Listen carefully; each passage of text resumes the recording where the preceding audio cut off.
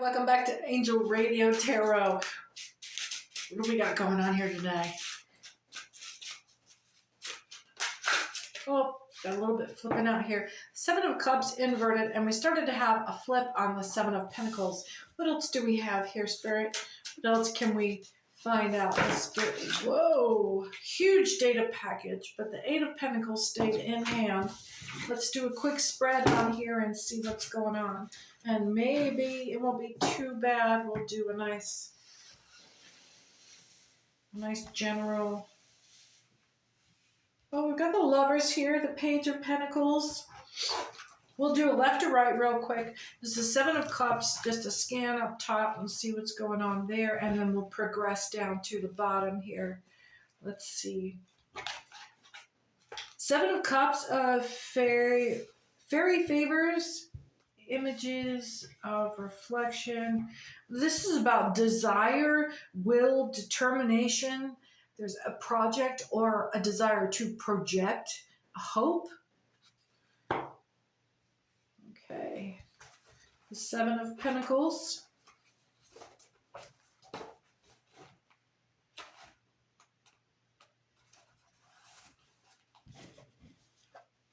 These are exceedingly contradictory terms for this card. In the main, it's a card of money, business, and barter, but one reading gives altercation, quarrel, and another innocence, inequity, purgation. So even if it is around money, this is what this was about wanting and getting it by willpower. By projecting our willpower, by just sheer determination to fulfill our desires. And this is about, possibly money, but maybe a fight, or another is that there's some innocence and purgation and inequity. There's someone's taking an unfair advantage here.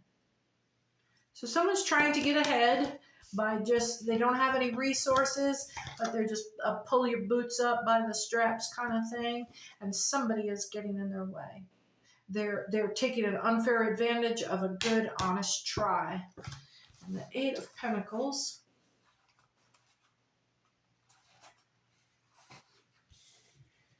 Let's see. Voided ambition, vanity, cupidity, exaction, usury, exploitation. That's what that smelled like. In a sense, the ingenious mind turned to cunning and intrigue.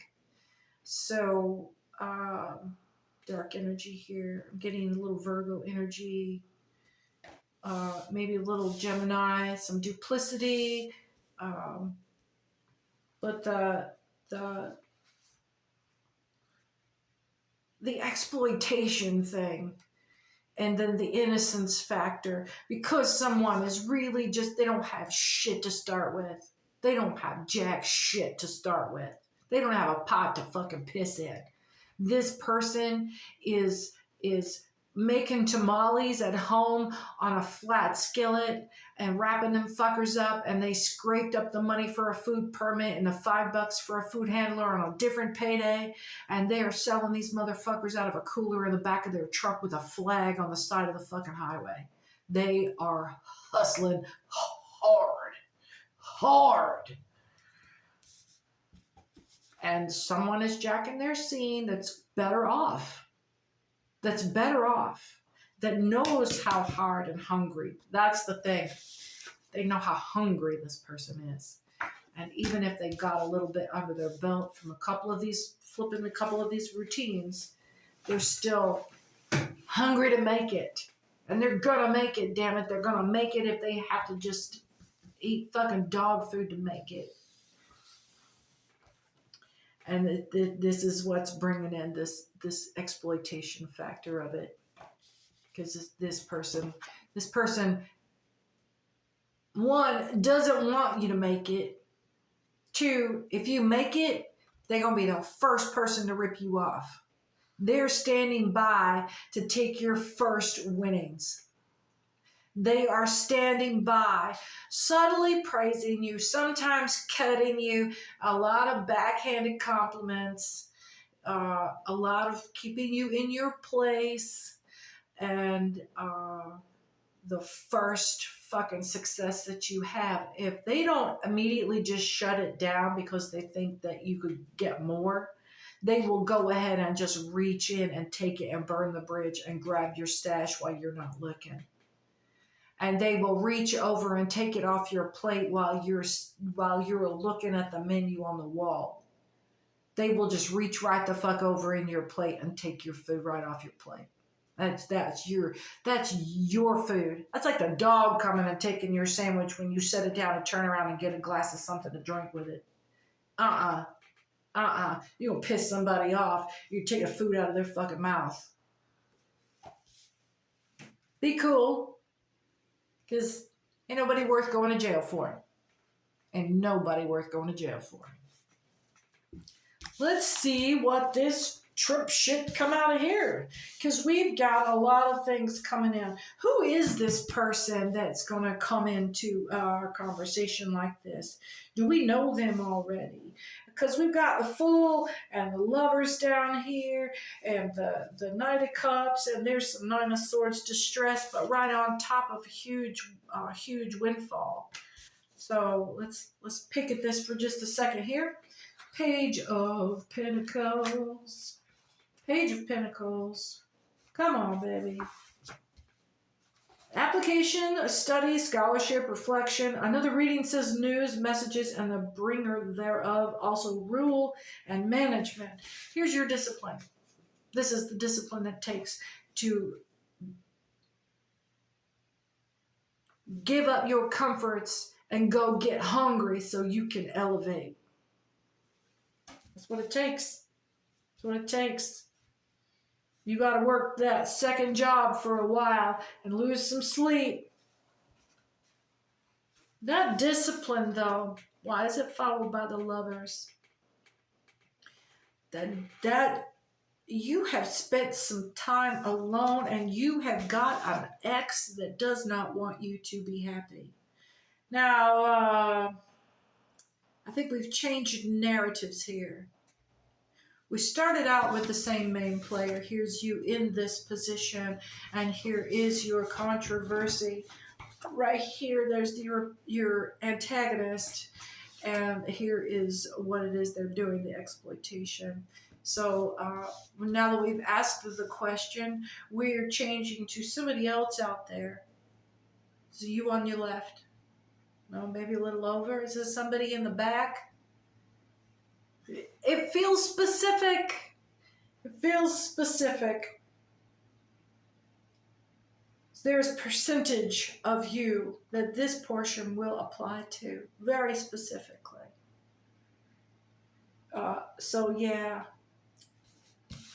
you have worked really fucking hard for this. You saved up for it. You got a loan. It's not a loan, it's a scholarship. So you had somebody else's money they invested in you. One-shot deal. You had to you had to humble yourself to ask for this help. Because you know how valuable it is for you to make this thing happen. This thing right here. Your cups are upside down. And this is what you're trying to do. You got them cups ready, baby, and you just needed a little bit of lift. You got that little bit of lift. And you work in the program. You work in your program. Somebody sees this and really likes you. It's a huge turn on. It is a huge turn on to have this kind of ambition, especially if you came from nothing. Everybody loves that rags to riches story because it's a kind of discipline that comes from a wellspring of determination that you can't impart to your son. You can't impart this to your daughter or your friend. This is something that just comes from within, this drive that we are all so curious about. You gotta want that. You gotta want that. It's very, very attractive. We all want to be loved with that kind of intensity. We all want somebody to want us. with that kind of determination.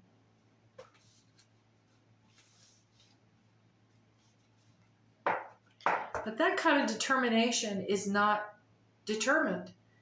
You don't set out to have that kind of determination. You set out with a hunger and an innocence. It's a thing that you can't do without.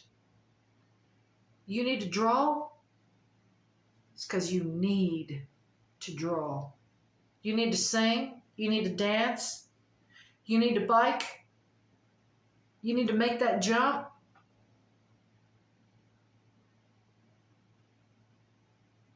You need to do that swim in what time?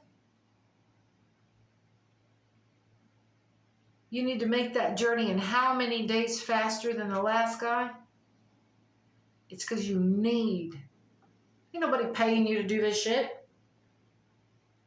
You can't pay somebody for that kind of drive.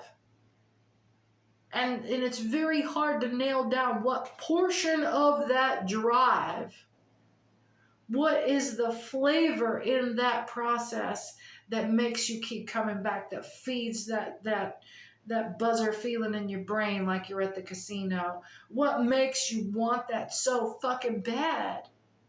Because there's a ton of people out here that don't have any of that. They don't have any interest in their own life.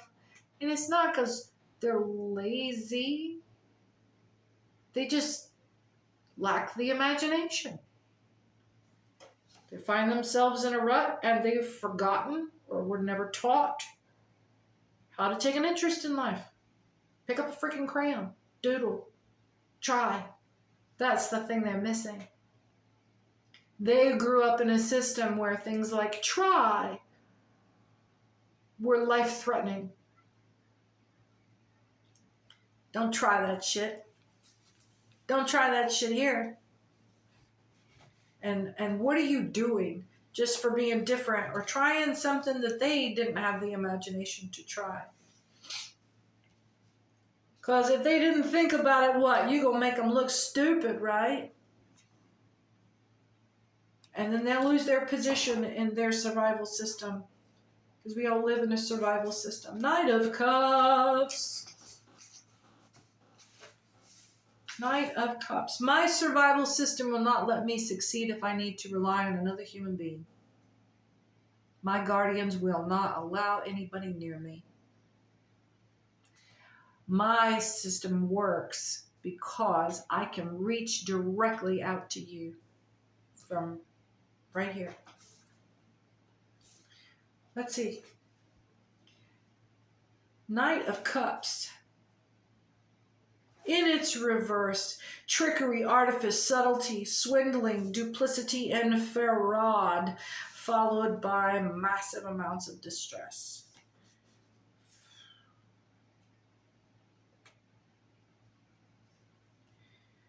This thing that makes you so attractive in your ambition, because it's not ambition. Ambition is when you have to sacrifice your desires. It's like, do what you love and you'll never work the rest of your life. It really pisses people off when you get to do what you love. Knight of Cups, Knight of Cups. So there's going to be some people jacking your scene. There's going to be people that want to disrupt your peace. They want to make you feel like this. They want to make you feel despair. Because that, what?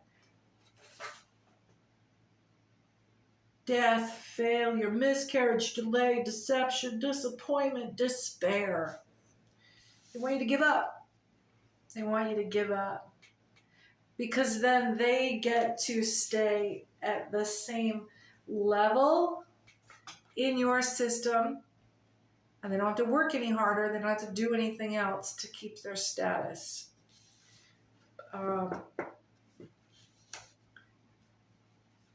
But you did this already.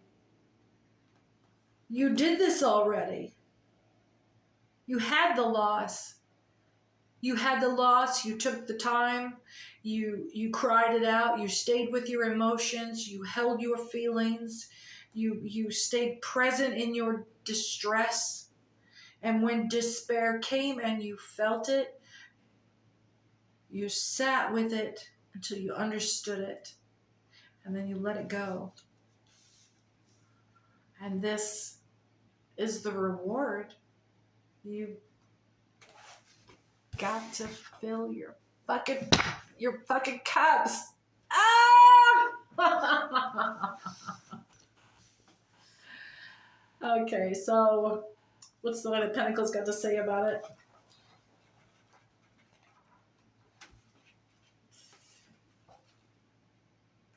The Knight of Pentacles.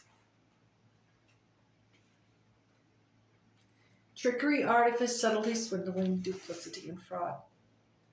Oh, no, that's the Knight of Cups. I just read that one. The Knight of Pentacles. And he's inversed. What? Inertia, idleness, repose of that kind. Stagnation, also placidity, discouragement, and carelessness. At first, I thought the idleness and the repose, the inertia, I think it's the first portion of that. The stagnation. It's a less of...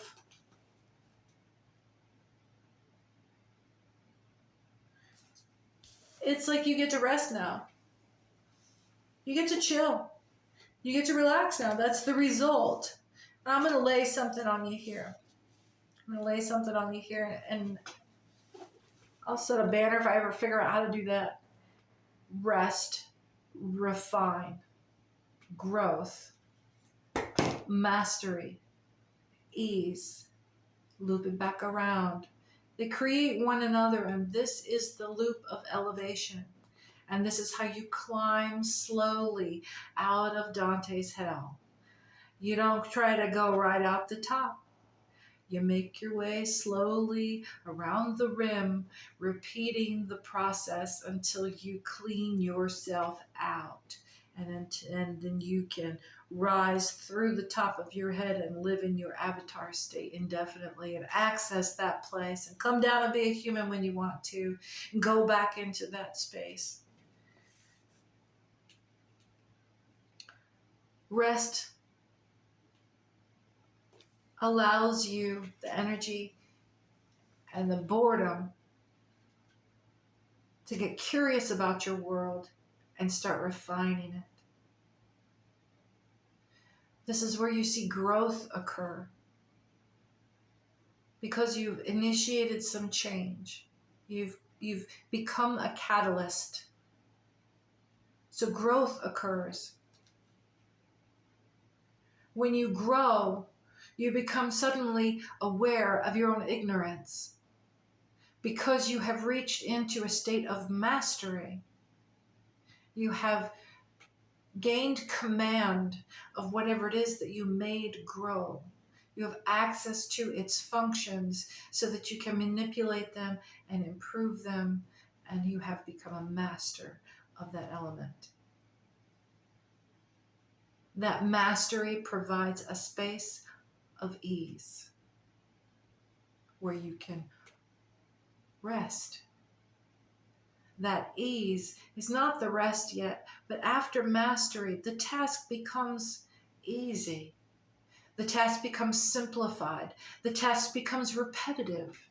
The task is mastered. You no longer struggle to manipulate this facet.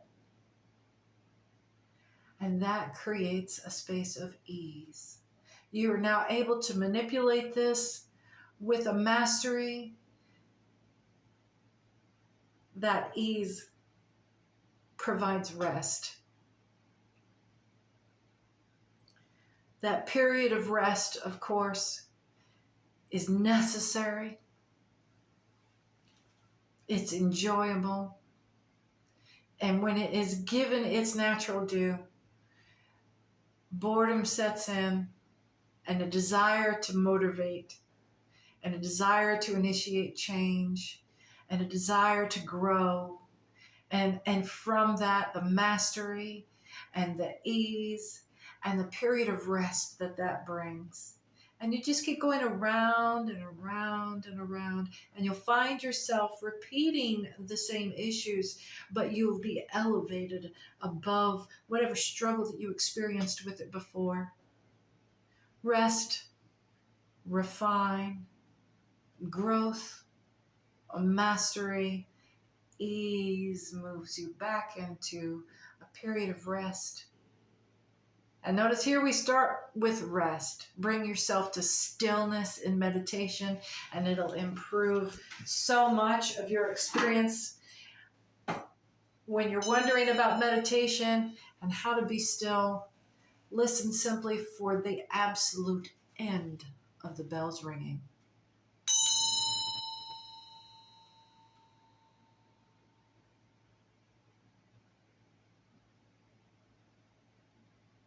Continue listening to it for far away.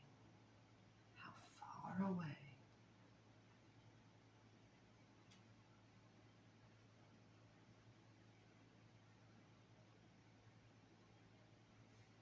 A student asked a guru, how do you meditate? And he said, can you hear the river way, way, way away? And the student could hear the river. And he said, can you hear the bird way in that tree?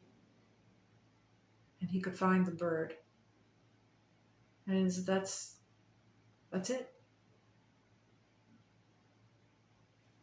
Stay true to you, stay strong, know your own mind, and we'll see you again soon.